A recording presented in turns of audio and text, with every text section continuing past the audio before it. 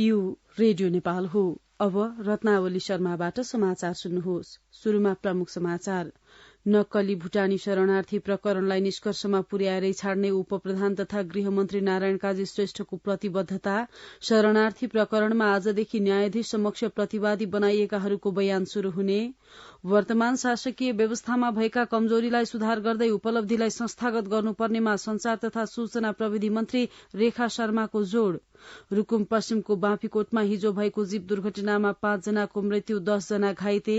अरूण तेस्रो प्रवेश मार्गको छुट जग्गाको मुआवजा दर निर्धारण र जापानको नाकानो शहरमा एक व्यक्तिले छुरा र गोली प्रहार गर्दा 4 जनाको मृत्यु। सुरेश, के छ खबर? कहाँ छौ? मेरो सब ठिक छ यार, अफिसमा छु। अनि घर तयार भयो तिम्रो? घर त तयार भयो यार। अब घरमा इन्टरनेट, टेलिभिजन लाइन अनि टेलिफोन नम्बर पनि लिनु थियो। अब तिमी नै छौ यहाँ नेपालमा पाइने सुविधाको बारेमा जानकार भएको। म त 15 वर्ष भयो यार देशबाट टाढा भएको। सजेस्ट गर न यार, कुन राम्रो होला? इन्टरनेट, टेलिभिजन लाइन र टेलिफोन सेवाका लागि हो भने आँखा चिम्लेर नेपाल टेलिकमको fibre to the home FTTH सेवा लिहाल। तिमीलाई चाहिएको सबै सुविधा नेपाल टेलिकममा पाउँछौ। ढुक्क भएर लिँदा हुन्छ। ल गजब भएछ, मलाई चाहिएको सबै सुविधा एउटै फाइबरबाट पाउने भएपछि। थ्याङ्क यू यार। थ्याङ्क यू मलाई भन्दा नेपाल टेलिकमलाई भन, जनतालाई निरन्तर सेवा दिँदै आएको छ। नेपाल टेलिकम, राष्ट्रको सञ्चार।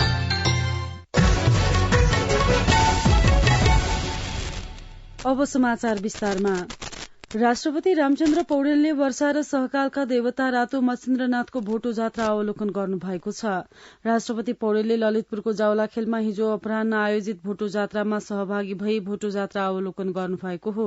मच्छिन्द्रनाथको रथ लगनखेलबाट जावलाखेल पुर्याइएको चौथो दिन भोटो देखाउने परम्परा अनुसार हिजो राष्ट्रपति पौडेलको उपस्थितिमा गुठी संस्थान ललितपुरका कर्मचारीले भोटो देखाउनु भएको हो। त्यस अवसरमा राष्ट्रपति पौडेलले रातो मच्छिन्द्रनाथको दर्शन गर्नुका साथै प्रसाद ग्रहण गर्नुभयो भने जीवित देवी कुमारीको दर्शन पनि गर्नुभयो। भोटो जात्रा अवलोकन गर्न उपराष्ट्रपति रामसहाय प्रसाद यादव, प्रधानमन्त्री पुष्पकमल दाहाल प्रचण्ड, सभामुख देवराज घिमिरे, उपप्रधानमन्त्री एवं गृहमन्त्री नारायण काजी श्रेष्ठ तथा मन्त्रीहरू सहभागी हुनुहुन्थ्यो। गत वैशाख 11 गतेदेखि शुरू भएको रथ जात्रा हिजो भोटो देखाएसँगै सम्पन्न भएको छ। उपप्रधान एवं गृहमन्त्री नारायण काजी श्रेष्ठले सरकारले नक्कली भुटानी शरणार्थी प्रकरणलाई निष्कर्षमा पुर्याएरै छाड्ने बताउनु भएको छ। मन्त्रालयमा हिजो एमाले सम्बद्ध राष्ट्रिय युवा संघको ज्ञापन पत्र बुझ्नुहुँदै उपप्रधानमन्त्री श्रेष्ठले भुटानी शरणार्थी प्रकरणमा नेपाल प्रहरीलाई राजनैतिक दबाव र प्रभावबाट मुक्त भएर अनुसन्धान गर्न निर्देशन दिएको बताउनुभयो। उहाँले यस प्रकरणमा कोही पनि निर्दोष नफस्ने र दोषीलाई छुट नदिइने स्पष्ट पार्नुभयो।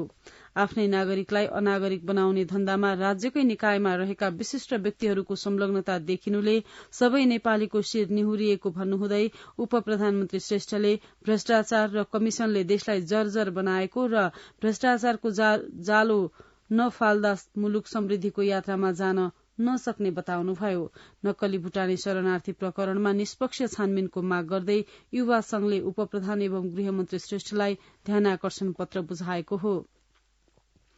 यसैबीच नक्कली भुटानी शरणार्थी प्रकरणमा प्रतिवादी बनाइएका तथा पक्राउ परेकाहरूको आजदेखि बयान शुरू हुँदैछ।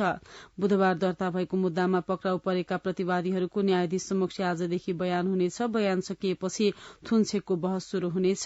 थुनछेकको बहसपछि प्रतिवादीहरूलाई थुनामा राख्ने वा धरौटीमा रिहा गर्ने भन्ने आदेश हुनेछ। यसअघि सरकारी वकिल समक्ष प्रहरीले पनि उक्त प्रतिवादीहरूको बयान लिएको थियो। उक्त बयानका आधारमा सरकारी वकिलले अभियोग पत्र दायर गरेको हो। बुधबार नक्कली भुटानी शरणार्थी प्रकरणमा 30 जना विरूद्ध 5 अभियोगमा जिल्ला अदालत काठमाडौँमा मुद्दा दर्ता गरिएको छ। उक्त मुद्दामा 16 जना पक्राउ परेका छन् भने 14 जना फरार रहेका छन्।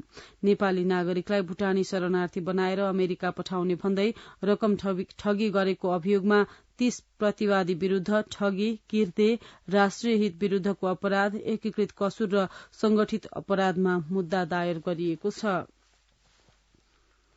संचार तथा सूचना प्रविधि मन्त्री रेखा शर्माले गणतन्त्रको विकल्प पश्चगमन हुन नसक्ने बताउनु भएको छ। गणतन्त्र दिवस 2080 का अवसरमा राष्ट्रिय समाचार समितिले आयोजना गरेको हाम्रो संस्कृति हाम्रो सम्पदा तस्बिर प्रदर्शनीको हिजो उद्घाटन गर्नुहुँदै मन्त्री शर्माले वर्तमान शासकीय व्यवस्थामा भएका कमी कमजोरीलाई सुधार गर्दै मुख्य उपलब्धिलाई संस्थागत गर्नुको विकल्प नभएको बताउनुभयो। उहाँले गणतन्त्र प्राप्तिअघि अभिव्यक्ति स्वतन्त्रता र राजनैतिक स्वतन्त्रता नभएको अवस्था सम्झिन हुँदै अग्रजहरूले गणतन्त्रका निम्ति गरेको कठिन संघर्ष बिर्सन नहुनेमा जोड़ दिनुभयो। सरकारले यसपटकको गणतन्त्र दिवस विगतको भन्दा फरक ढंगले समीक्षा सहित 3 दिनसम्म मनाउने उहाँले बताउनुभयो। गणतन्त्रमा भएका कमी कमजोरीलाई आधार बनाएर अभिव्यक्ति स्वतन्त्रता राजनैतिक स्वतन्त्रतासँग जोडिएको गणतान्त्रिक व्यवस्थामाथि चारैतिरबाट प्रहार गर्ने कोशिश भइरहेको उहाँको टिप्पणी छ। कार्यक्रममा नेपाल पत्रकार महासंघका अध्यक्ष विपुल पोखरेलले गणतन्त्र सबैको समान सह अस्तित्व र प्रक्रियासँग जोडिएको बताउनुभयो। राष्ट्रिय समाचार समितिका अध्यक्ष धर्मेन्द्र झाले संघीय लोकतान्त्रिक गणतन्त्रको मूल मर्म भनेकै सहकार्य समन्वय र सह अस्तित्व भएको उल्लेख गर्नुभयो। रुकुम पश्चिमको बाँफीकोट गाउँपालिका 8 दुलीमा हिजो भएको जीव दुर्घटनामा 5 जनाको मृत्यु भएको छ। जीव दुर्घटनामा 4 जनाको घटनास्थलमै र 1 जनाको उपचारका लागि अस्पताल लैजाँदै गर्दा बाटोमै मृत्यु भएको जिल्ला प्रहरी कार्यालय रुकुम पश्चिमका प्रहरी निरीक्षक विष्णु कुमार श्रेष्ठले जानकारी दिनुभयो। मृत्यु हुनेमा रुकुम पश्चिमको सानीभेरी गाउँपालिका 5 का 48 वर्षीय देउसन खत्री, सोही ठाउँका 70 वर्षीय कर्ण बाठा मगर, बाँफीकोट गाउँपालिका 8 की 22 वर्षीय रेखा केसी खनाल र उनका 22 दिनका छोरा रोशन र सानीभेरी गाउँपालिका 5 का 23 वर्षीय शीतला कुसारीको मृत्यु भएको प्रहरी निरीक्षक श्रेष्ठले जानकारी दिनुभयो। घटनामा घाइते 10 जनाको विभिन्न अस्पतालमा उपचार भइरहेको छ। सानीभेरी गाउँपालिका 5 हाँसुदेखि जिल्ला सदरमुकाम जाँदै गरेको जीप हिजो दुलीको मोचे खोलामा दुर्घटनामा परेको थियो। राष्ट्रिय सभाका अध्यक्ष गणेश प्रसाद तिमिल सिन्हाले कोरोला नाकामा चाँडो भन्सार कार्यालय स्थापना हुनुपर्ने बताउनु भएको छ। राष्ट्रिय गौरवको आयोजनाका रूपमा रहेको काली गण्डकी करिडोर निरीक्षणका लागि हिजो नवलपरासी बर्दघाट सुस्ता पूर्वको गैंडाकोट पुग्नुभएका अध्यक्ष तिमिल सिन्हाले चीन र भारत जोड्ने देशकै सबैभन्दा छोटो नाकाका रूपमा रहेको काली गण्डकी करिडोर निर्माणको काम अन्तिम चरणमा पुगेकाले कोरोला नाकामा चाँडो भन्सार कार्यालय स्थापना गर्नुपर्ने बताउनुभयो। अध्यक्ष तिमिल सिन्हाले कोरोला नाका धार्मिक पर्यटकीय मार्गसँग व्यापारिक मार्ग पनि भएकाले सरकारले विशेष ध्यान दिनुपर्ने बताउनुभयो। उहाँले काली गण्डकी करिडोरको समग्र प्रगति राम्रो भएको भन्नुहुँदै निर्माण कम्पनीले केही खण्डमा व्यवस्था गर्दा काम सुस्त गतिमा भएको पनि बताउनुभयो। राष्ट्रिय सभा अन्तर्गतको राष्ट्रिय सरोकार तथा समन्वय समितिमा नेपाल भारत शान्ति तथा मैत्री सन्धि 1950 लाई पुनरावलोकन गर्नुपर्ने विषयमा छलफल भएको छ। समितिको हिजो बसेको बैठकमा जलस्रोत विज्ञ एवं अख्तियार दुरूपयोग अनुसन्धान आयोगका पूर्व प्रमुख आयुक्त सूर्यनाथ उपाध्यायले नेपाल भारत बीच 1950 मा भएको भन्दै आएको सन्धिको मूल कागज पत्र कतै पनि फेला नपरेको बताउनुभयो। उहाँले हालसम्म सन्धिबारे भेटिएका कागजात र भनाईहरूमा समेत नेपाल भारत बीचको सीमानाका खुला हुने कुरा उल्लेख नगरिएको बताउनुहुँदै नेपालले सीमानाका खुला नगर्ने प्रस्ताव भारत समक्ष राख्न सक्नुपर्ने धारणा राख्नुभयो। बैठकमा समितिका सांसदहरूले नेपाल भारत बीच भएको 1950 को सन्धिको मूल प्रति हालसम्म फेला नपरेको अवस्थामा सन्धिमा उल्लेख गरिएका कुराहरू कति आधिकारिक हुन् भन्ने प्रश्न उठाउनुभयो। बैठकमा समितिका सभापति दिलकुमारी रावल पार्वतीले नेपाल भारत सन्धि 1950 बारे परराष्ट्र मन्त्रालयसँग थप छलफल गरी सरकारलाई सन्धि पुनरावलोकनका लागि निर्देशन दिने जानकारी दिनुभयो। लुम्बिनी प्रदेश सभाको बजेट अधिवेशन आज शुरू हुँदैछ। प्रदेश प्रमुख अमिक शेरचनले प्रदेश सभाको दोस्रो अधिवेशन अर्थात बजेट अधिवेशन आह्वान गर्नुभएको थियो।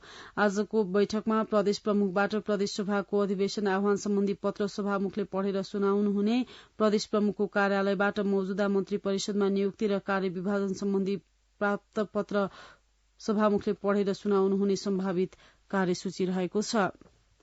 कर्णाली सरकारले आर्थिक वर्ष 2080-81 को बजेटका प्राथमिकता नीति र सिद्धान्त पेश गरेको छ। आर्थिक मामिला तथा योजना मन्त्री वेदराज सिंहले हिजो बजेट अधिवेशनको दोस्रो बैठकमा बजेटका प्राथमिकता र सिद्धान्त पेश गर्नुभयो। कर्णालीको गरीबी र भोकमरीलाई अन्त्य गर्दै समृद्ध कर्णाली सुखारी कर्णालीवासीको दीर्घकालीन लक्ष्य प्राप्त गर्ने गरी आगामी आर्थिक वर्षको बजेट विनियोजन गरिने अर्थमन्त्री सिंहले बताउनुभयो। बजेटका प्राथमिकता पेश गर्नुहुँदै अर्थमन्त्री सिंहले आर्थिक सामाजिक रूपान्तरण, समतामूलक समाज र सामाजिक न्याय सुनिश्चित गर्न शिक्षा, स्वास्थ्य, उत्पादन र रोजगार, त्यसका लागि पूर्वाधार भन्ने मूल मर्मका साथ आगामी आर्थिक वर्ष 2080-81 को बजेट तर्जुमा गरिने उल्लेख गर्नुभयो। बागमती प्रदेश सरकारले आगामी आर्थिक वर्ष 2080-81 को नीति तथा कार्यक्रम यही जेठ 14 गते प्रस्तुत गर्ने भएको छ। प्रदेश सभाको हिजो बसेको बैठकमा सभामुख भुवन कुमार पाठकले नीति तथा कार्यक्रम प्रदेश सरकारको तर्फबाट प्रदेश प्रमुख यादव चन्द्र शर्माले प्रस्तुत गर्नुहुने जानकारी दिनुभयो। यसैबीच बागमती प्रदेश सभामा प्रस्तुत भएको आगामी आर्थिक वर्ष 2080-81 को विनियोजित विधेयकको सिद्धान्त र प्राथमिकताका सम्बन्धमा कर प्रस्ताव बाहेक प्रस्तुत विधेयकमाथिको छलफल सकिएको छ। बैठकमा विनियोजित विधेयकमाथि उठेका प्रश्नको जवाब दिनुहुँदै आर्थिक मामिला तथा योजना मन्त्री बहादुर सिंह लामाले सरकारले दलगत स्वार्थ नराखी बजेटमा आर्थिक समृद्धिलाई उच्च प्राथमिकतामा राख्ने बताउनुभयो। जनता समाजवादी पार्टी जसपा नेतृत्वको मधेस सरकारसँग केही दिन यता असन्तुष्ट रहँदै आएको लोकतान्त्रिक समाजवादी पार्टी लोसपा एक मन्त्रालय सहित मधेस सरकारमा सहभागी भएको छ। मुख्यमन्त्री सरोज कुमार यादव नेतृत्वको मधेस सरकारमा लोसपा नेपालबाट सरकारमा सहभागी हुँदै पर्साको निर्वाचन क्षेत्र नम्बर 2 खबाट निर्वाचित प्रदेशसभा सदस्य रमेश प्रसाद कुर्मीले पद तथा गोपनीयताको शपथ लिनु भएको छ। कुर्मीलाई हिजो साँझ प्रदेश प्रमुख हरिशंकर मिश्रले वन तथा वातावरण मन्त्रीका रूपमा शपथ गराउनुभयो। सभामुख देवराज घिमिरेले नेपाली कला र संस्कृतिलाई विश्वमा चिनाउन सबैलाई आग्रह गर्नुभएको छ। International welfare and support foundation of अमेरिकाको आयोजनामा काठमाडौँमा जारी मेरो भोइस मेरो युनिभर्स र मेरो डान्स युनिभर्स प्रतियोगिताका सहभागी कलाकारलाई हिजो काठमाडौँमा सम्बोधन गर्नुहुँदै सभामुख घिमिरेले नेपाल बहुजातीय तथा बहुसांस्कृतिक मुलुक भएकाले आफ्नो भाषा, पहिचान र संस्कृतिको संरक्षण र प्रवर्धन गर्ने काममा लाग्न विश्वका विभिन्न ठाउँमा रहेका सबै नेपालीलाई आग्रह गर्नुभयो। संखुवा सभामा निर्माणाधीन 900 मेगावाट क्षमताको अरूण तेस्रो प्रवेश मार्ग छ्याङकुटी दिदिङ पुखुवा सड़क खण्डको जग्गा छुट मुआवजाको मूल्य निर्धारण गरिएको छ। सरकारले जग्गा अधिग्रहण गरेको करिब 14 वर्षपछि स्थानीयवासीले जग्गाको मुआवजा पाएका हुन्। स्थानीयले लामो समयदेखि मुआवजा माग राख्दै आन्दोलन गरेपछि सरकारले मुआवजा दिन छुट जग्गाको यकिन विवरण र अन्य सम्बन्धी प्रतिवेदन तयार पार्न कार्यदल गठन गरेको थियो। छ्याङकुटी दिदिङ पुखुवा क्षेत्रको मुआवजा दर प्रतिरोपनी 11,75,000 रूपियाँ रहने गरी दर निर्धारण गरिएको छ। जिल्ला स्थित जनप्रतिनिधि दलका प्रतिनिधि तथा सरोकारवाला बीच पटक पटकको छलफलपछि दर रेट निर्धारण गरिएको हो। चिचिला गाउँपालिकाको 1, 2 र 3 वडाका करिब 200 घर परिवारको जग्गा अधिग्रहण गरी छ्याङकुटीदेखि परियोजना स्थल पुखुवासम्म जोड्ने 23.5 किलोमिटर लामो सड़क निर्माण गरिएको थियो। मुआवजा दर निर्धारण भएसँगै स्थानीय खुशी भएका छन् भने अवरोध भइरहेको अरूण तेस्रोको काम सहज रूपमा हुने अपेक्षा लिइएको छ। बागमती प्रदेशमा छोटो दूरीमा चल्ने सार्वजनिक गाड़ीको भाड़ा दर घटेको छ। बागमती प्रदेशको श्रम रोजगार तथा यातायात मन्त्रालयले हिजो सार्वजनिक गाड़ीको भाड़ा घटाएको हो। नेपाल आयल निगमले डिजलको भाव घटाएको 9 दिनपछि बागमती प्रदेशमा छोटो दूरीमा चल्ने गाड़ीको भाड़ा घटाइएको हो। मन्त्रालयले घटाएको भाड़ा दर हिजै राजपत्रमा प्रकाशित भएको छ। काठमाडौँ उपत्यकाभित्र 5.9% तथा उपत्यका बाहिर छोटो दूरीका सार्वजनिक यातायातमा 4.18% र मालवाहक गाड़ीमा 5.69% भाड़ा घटाइएको मन्त्रालयका सचिव असमान तामाङले बताउनुभयो। दाङको तुलसीपुर उपमहानगरपालिकाले बाल श्रम मुक्त अभियानलाई निरन्तरता दिएको छ। 2076 सालदेखि शुरू भएको यो अभियान अन्तर्गत हालसम्म उपमहानगरका 5 वटा ओडा बाल श्रम मुक्त घोषणा भइसकेका छन्। प्रेमबहादुर रामजाको रिपोर्ट। तुलसीपुर उपमहानगरपालिकाले 2076 सालदेखि शुरू गरेको अभियानमा 5 वटा कार्यालयले बाल श्रम मुक्त वडा घोषणा गरेका छन्। ज्याला तथा पैसा कमाउने उद्देश्यले कुनै पनि बाल बालिकालाई श्रममा लगाउन नपाइने भन्दै तुलसीपुर उपमहानगरपालिकाले यसको अन्त्यका लागि प्रयास गरेको हो। तुलसीपुर उपमहानगरपालिकाको महिला बाल बालिका तथा सामाजिक विकास महाशाखा प्रमुख माया श्रेष्ठ 2076 सालमा 6 नम्बर वडाले बाल श्रम मुक्त गरेसँगै अन्य वडाहरूले पनि तिनै विषयलाई चाहिँ पछ्याउने काम गर्यो। तुलसीपुर उपमहानगरपालिकामा हालसम्म वडा नम्बर 1, 2, 6, 16 र 18 वडाहरू बाल श्रम मुक्त घोषणा भइसकेका छन्। 2076 सालमा पहिलो पटक बाल श्रम मुक्त भएको वडा नम्बर 6 पछि वडा नम्बर 1, 2, 18 र पछिल्लो पटक वडा नम्बर 16 पनि जोडिएको छ। वडा नम्बर 16 वडा अध्यक्ष शिवानन्द डाँगी, हाम्रो वडाको कुनै पनि बाल बालिका कसै कहाँ बाल श्रमको रूपमा बस्ने अथवा बाल श्रमको रूपमा वडाले राख्ने कुराको निर्मूल गर्ने गरी प्लान बनाएर अगाडि बढ्दै जाँदा बाल श्रम हामीले भेट्टाएका छैनौं। संघ, प्रदेश र स्थानीय सरकारले बाल श्रम मुक्त अभियानका लागि योजना निर्माण गरेर काम गरिरहेका छन् भने विभिन्न गैर सरकारी संस्थाहरूले हातीमालो गरिरहेका छन्। बाल श्रम मुक्त वडा घोषणा किन गर्नुपर्छ? नेपाल पत्रकार महासंघ दाङका अध्यक्ष दुर्गालाल केसी, सांकेतिक रूपमा हामी यो प्रभावकारीसँगै हामी गर्नु हुँदैन भन्ने सन्देश दिएको हो। बीचमा पनि घटनाहरू हुन्छ, त्यसलाई कम गर्नका लागि प्रभावकारी संयन्त्र विकास गरेर त्यसलाई अनुकूल गर्ने र आएका समस्यालाई सम्बोधन गर्ने, जसलाई हामी घोषणा पछिको रणनीति के गर्ने भन्ने रणनीति बनाएर काम गरिन्छ। यसमा सरकारले बाल श्रमको अन्त्य, बाल विवाह न्यूनीकरण र उनीहरूको अधिकारको सुनिश्चित गर्नका लागि बाल श्रम मुक्त अभियान सञ्चालन गरिरहेको छ। 14 वर्ष उमेर समूहका कुनै पनि बाल बालिकालाई श्रममा लगाउन पाइँदैन भने 14 वर्षदेखि माथिका बाल बालिकालाई सिप प्रदान गर्ने गरी श्रममा लगाउन पाइन्छ। प्रेम बहादुर रामजा, रेडियो नेपाल, दाङ।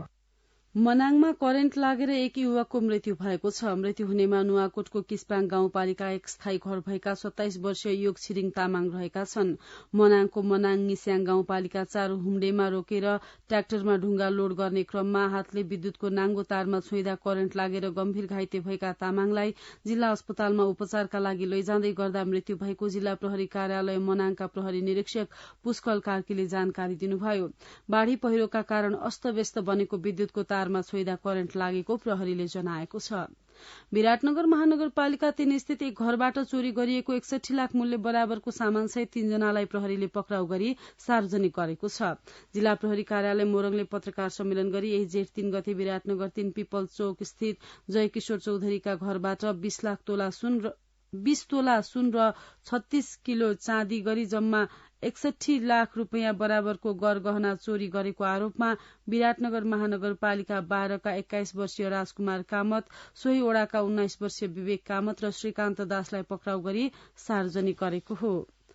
पर्वतका दुर्गम 4 भन्ज्याङ क्षेत्रका नागरिकलाई विदेशमा रहेका नेपालीहरूको लगानीमा सञ्चालन गरिएको टेलिमेडिसिन सेवा केन्द्रले सहज रूपमा उपचार सेवा प्रदान गर्दै आएको छ। रोशन तिवारीको रिपोर्ट। विदेशमा रहेका नेपालीहरूको लगानीमा फलेवास नगरपालिका 8 ठाना मौलामा 2068 सालमा खोलिएको 4 भन्ज्याङ टेलिमेडिसिन सेवा केन्द्र मार्फत स्थानीयले सर्वसुलभ सेवा पाइरहेका छन्। हाल स्वास्थ्य केन्द्रबाट छारे, मानसिक समस्या, पिसाब, छाला रोग र नसाका जटिल समस्या भएका बिरामीहरूले सेवा पाइरहेका हुन्। टेलिमेडिसिनले गाउँका नागरिकको पैसा र समय मात्रै बचत गरेको छैन, गुणस्तरीय सेवा पनि दिइरहेको स्थानीय दिल्ली प्रसाद भुसालले बताउनुभयो। सेवा चाहिँ राम्रो हुँदैछ, त्यसमा दबाई चाहिँ निशुल्क हुने रहेछ। कोही दिन पैसा छैन टिकट काट्ने भने पनि बाँकी पनि लेखिदिनुहुन्छ। हामीले राम्रो दबाई पाएका छौं। स्वास्थ्य केन्द्रले इन्टरनेटको माध्यमबाट स्काइप मार्फत बिरामीका समस्या डाक्टरहरूसँग राख्ने र विशेषज्ञको सल्लाहमा औषधि उपचार गर्ने गरेको छ। यहाँ दैनिक रूपमा 6 देखि 10 जनासम्म बिरामी उपचारका लागि आउने गरेका छन्। टेलिमेडिसिन सेवा प्रभावकारी भएपछि हाल फलेवास नगरपालिका सहित कुस्मा नगरपालिका, महाशिला गाउँपालिका, बिहादी गाउँपालिका र छिमेकी जिल्ला बागलुङ, स्याङ्जा र गुल्मीबाट पनि सेवा लिन बिरामी यहाँ आउने गरेका छन्। स्वास्थ्य केन्द्रका कर्मचारी प्रार्थना पुन, मेल मार्फत चाहिँ पेशेन्टको रिपोर्टहरू फरवर्ड गर्ने गर्छौं युकेमा, जहाँ चाहिँ हामीसँग मोर देन 700 डाक्टरहरू चाहिँ एज अ भोलिन्टियर काम गर्नुहुन्छ। उहाँले चाहिँ हामीलाई निशुल्क रूपमा परामर्शहरू दिने काम गर्नुहुन्छ। जसको चाहिँ सही डायग्नोसिस नभएर दुःख पाइरहेको केसहरू जस्तै नेपाल राज्यभरिमा ट्रिटमेन्ट गर्दा थाकिसकेका केसहरू टेलिमेडिसिन लिङ्कको थ्रुबाट सर्भिस दिने गर्दछ। यो संस्थामा विश्वका करिब 700 भन्दा बढी डाक्टरहरूबाट सेवा प्रवाह भइरहेको छ।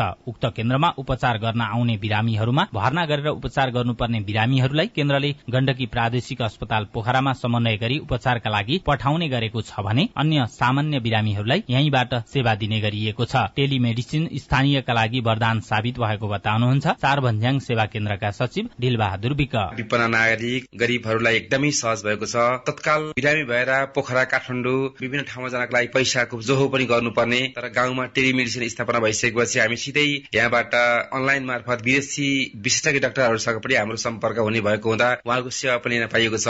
सिरियस केस छ भने गण्डकी प्रदेशको पश्चिमाञ्चल क्षेत्रीय अस्पतालमा समन्वय गरेर पठाउने गरेका छौं। स्वास्थ्य सेवाको सहज पहुँच नभएका र पैसाको अभावले रोग लुकाएर बस्नुपर्ने बाध्यतामा रहेका नागरिकलाई दुर्गम गाउँमा रहेको टेलिमेडिसिन सेवा केन्द्रले गुणस्तरीय स्वास्थ्य सेवा प्रदान गर्दै आएको छ। रोशन तिवारी, रेडियो नेपाल, पर्वत। समाचार रेडियो नेपालबाट सुनिरहनु भएको छ। अब केही अन्तर्राष्ट्रिय समाचार। 4 जनाको मृत्यु हुने गरी जापानको नाकानो शहरमा भएको छुरा र गोली प्रहारको अभियोगमा एकजनालाई प्रहरीले पक्राउ गरेको छ। अभियुक्तले एक महिलालाई छुरा प्रहार गरी हत्या गरेपछि दुई प्रहरीलाई पनि गोली हानी हत्या गरेको अन्तर्राष्ट्रिय समाचार संस्था बीबीसीले जनाएको छ। थप एकजना मृतकको भने पूरा विवरण नआएको त्यहाँको प्रहरीले जनाएको छ। अभियुक्त नाकानो शहरको सभाका सभामुखका छोरा रहेको संचार माध्यमहरूले जनाएका छन्। पृथ्वीमा हाल रहेका पशुपक्षीका आधा प्रजातिहरूको संख्या निरन्तर घट्दो रहेको एक अनुसन्धानले देखाएको छ। बेलायतको क्वीन्स युनिभर्सिटी बेलफास्टले गरेको एक अध्ययनले 70,000 भन्दा बढ़ी प्रजातिका पशुपक्षीको घनत्व बारे अध्ययन गरेको थियो। अनुसन्धाताहरूले यो अहिलेसम्मकै सबैभन्दा विस्तृत अभिलेख भएको बताएका छन्। अध्ययनका अनुसार अहिले पशुपक्षीका 48% प्रजातिको संख्या घट्दो क्रममा छ भने 3% प्रजातिको संख्या भने बढ़ेको छ। अनुसन्धाताहरूले यो अवस्थालाई जैविक विविधतामा विश्वव्यापी क्षय भनेका छन्। अब आर्थिक समाचार।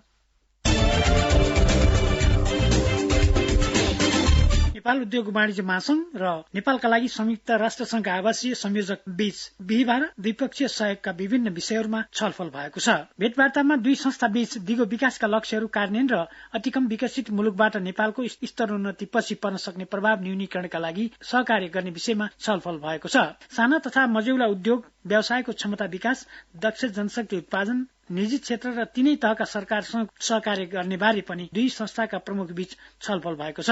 भेटका अवसरमा नेपाल उद्योग वाणिज्य महासंघका अध्यक्ष चन्द्र प्रसाद ढकालले मुलुकभर बलियो सञ्जाल भएको नेपाल उद्योग वाणिज्य महासंघसँग दिगो विकास लक्ष्य पूरा गर्ने सन्दर्भमा महत्वपूर्ण साझेदारी हुन सक्ने बताउनुभयो। महासंघको नयाँ नेतृत्वले अगाडि सारेका 5 प्रमुख प्राथमिकताहरू आर्थिक संकटको समाधानको लागि रणनीति तय गर्ने, लगानीको वातावरण निर्माण गर्ने, राज्य र निजी क्षेत्र बीचको साझेदारी सुदृढ गर्ने, दक्ष जनशक्ति उत्पादन र रोजगारी सृजना गर्ने तथा व्यवसायीको सम्मान बारे अध्यक्ष ढकालले भेटका क्रममा जानकारी गराउनु भएको थियो। सो अवसरमा संयुक्त राष्ट्र संघका आवासीय संयोजक हाना सिगरले दिगो विकास लक्ष्य हासिल गर्न स्तरोन्नतिबाट नकारात्मक प्रभाव न्यूनीकरणका लागि महासंघको भूमिका प्रभावकारी हुने विश्वास व्यक्त गर्नुभयो। लुम्बिनी प्रदेशमा वैदेशिक लगानीको अवस्था राम्रो रहेको पाइएको छ।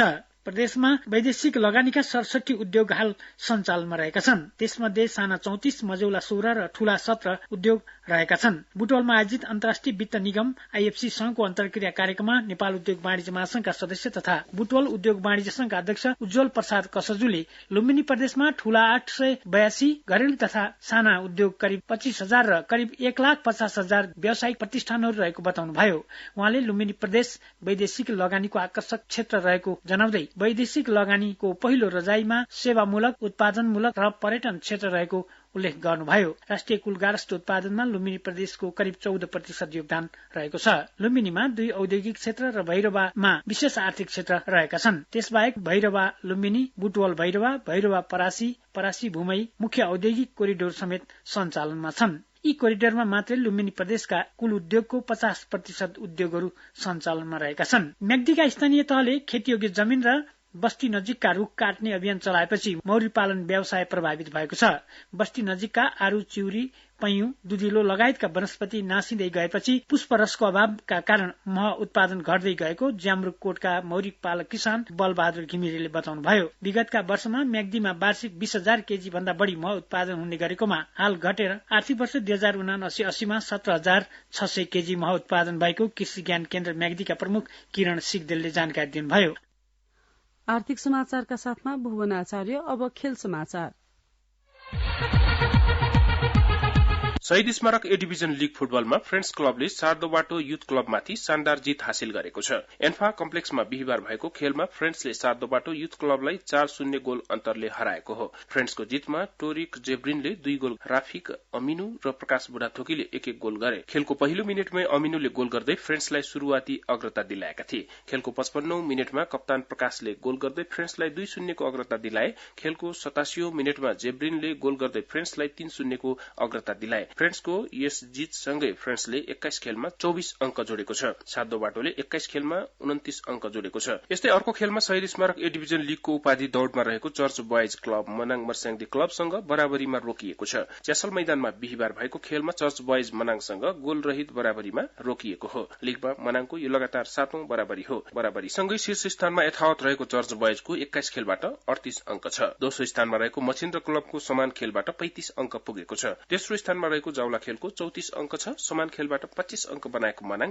11औं स्थानमा छ। काठमाडौँ र चितवनले जारी दोस्रो बागमती प्रदेश खेलकुदमा बिहिबार भलिबल प्रतियोगितामा स्वर्ण जितेका छन्। हेटौडा स्थित होप्रा चौर खेल मैदानमा सम्पन्न प्रतियोगितामा काठमाडौँले महिलामा र चितवनले पुरूषमा स्वर्ण पदक जितेका हुन्। काठमाडौँले फाइनलमा दोलखालाई 25-5, 25-6, 25-12 ले हरायो। चितवनले पनि फाइनलमा धादिङमाथि 25-17, 22-25, 28-26, 25-18 को जित निकाल्दै पुरूषतर्फ स्वर्ण जित्यो। तेस्रो स्थानका लागि भएको प्रतिस्पर्धामा नै बेस्ट अफ 3 मा भएको थियो। पुरूषमा काठमाडौँले सिन्धुलीलाई 2-1 ले र महिलामा चितवनले धादिङलाई 2-0 ले हराउँदै काँस्य पदक जित्यो। प्रतियोगितामा पुरूषतर्फ चितवनका नवीन महतो र महिलामा काठमाडौँकी सलिना बुढामगर उत्कृष्ट खेलाडी हुनुभयो। पुरूषमा चितवनका रमेश चन्द्र विक उत्कृष्ट प्रशिक्षक चयन हुनुभयो। मकवानपुरका सोहन राई र काभ्रेकी पेमा लामा जारी दोस्रो बागमती प्रदेश खेलकुदको बक्सिङ प्रतियोगितामा उत्कृष्ट बक्सर घोषित हुनुभएको छ। हेटौडा स्थित हेटौडा कबड हलमा सम्पन्न बक्सिङ प्रतियोगितामा पुरूष 63 केजी तौल समूहमा स्वर्ण विजेता सोहन र महिला 57 केजीमा स्वर्ण विजेता पेमा उत्कृष्ट बक्सर हुनुभएको हो। रमेश टमटा। खेल समाचारका साथमा अब मौसम। आज देशभर सामान्य बदली रही मधेस, गण्डकी र लुम्बिनी प्रदेशका 1-2 स्थानमा मेघ गर्जन र चट्याङ सहित वर्षाको सम्भावना छ भने तराईका केही स्थानमा हावाहुरीको सम्भावना रहेको जल तथा मौसम विज्ञान विभागले जनाएको छ। गत 24 घण्टामा काठमाडौँ उपत्यकामा मापन गरिएको अधिकतम तापक्रम 27.5 डिग्री सेल्सियस, न्यूनतम तापक्रम 13.8 डिग्री सेल्सियस, वर्षा 6.7 मिलिमिटर। अहिले बिहानको सापेक्षिक आर्द्रता 95%। आज दिउँसो काठमाडौँ उपत्यकाको अधिकतम तापक्रम 25 देखि 27 डिग्री सेल्सियसका बीच रहने अनुमान छ। काठमाडौँ उपत्यकामा सूर्योदय अघि बिहान 5:10 भयो भने सूर्यास्त भरे साँझ 6:52 हुनेछ। अन्त्यमा यस प्रसारणका प्रमुख समाचार फेरि एकपटक। नक्कली भूटानी शरणार्थी प्रकरणलाई निष्कर्षमा पुर्याएरै छाड्ने उपप्रधान तथा गृहमन्त्री नारायण काजी श्रेष्ठको प्रतिबद्धता। शरणार्थी प्रकरणमा आजदेखि न्यायाधीश समक्ष प्रतिवादी बनाइएकाहरूको बयान शुरू हुने। वर्तमान शासकीय व्यवस्थामा भएका कमजोरीलाई सुधार गर्दै उपलब्धिलाई संस्थागत गर्नुपर्नेमा संचार तथा सूचना प्रविधि मन्त्री रेखा शर्माको जोड़। रुकुम पश्चिमको बाफीकोटमा हिजो भएको जीव दुर्घटनामा 5 जनाको मृत्यु, 10 जना घाइते। अरूण तेस्रो प्रवेश मार्गको छुट जग्गाको मुआवजा दर निर्धारण र जापानको नाकानो शहरमा एक व्यक्तिले छुरा र गोली प्रहार गर्दा 4 जनाको मृत्यु। सुन्दै हुनुहुन्थ्यो रेडियो नेपालबाट बिहान 7 बजेको समाचार सकियो। 8 बजे अंग्रेजीमा समाचार सुन्न सक्नुहुनेछ। हवस् त, नमस्कार।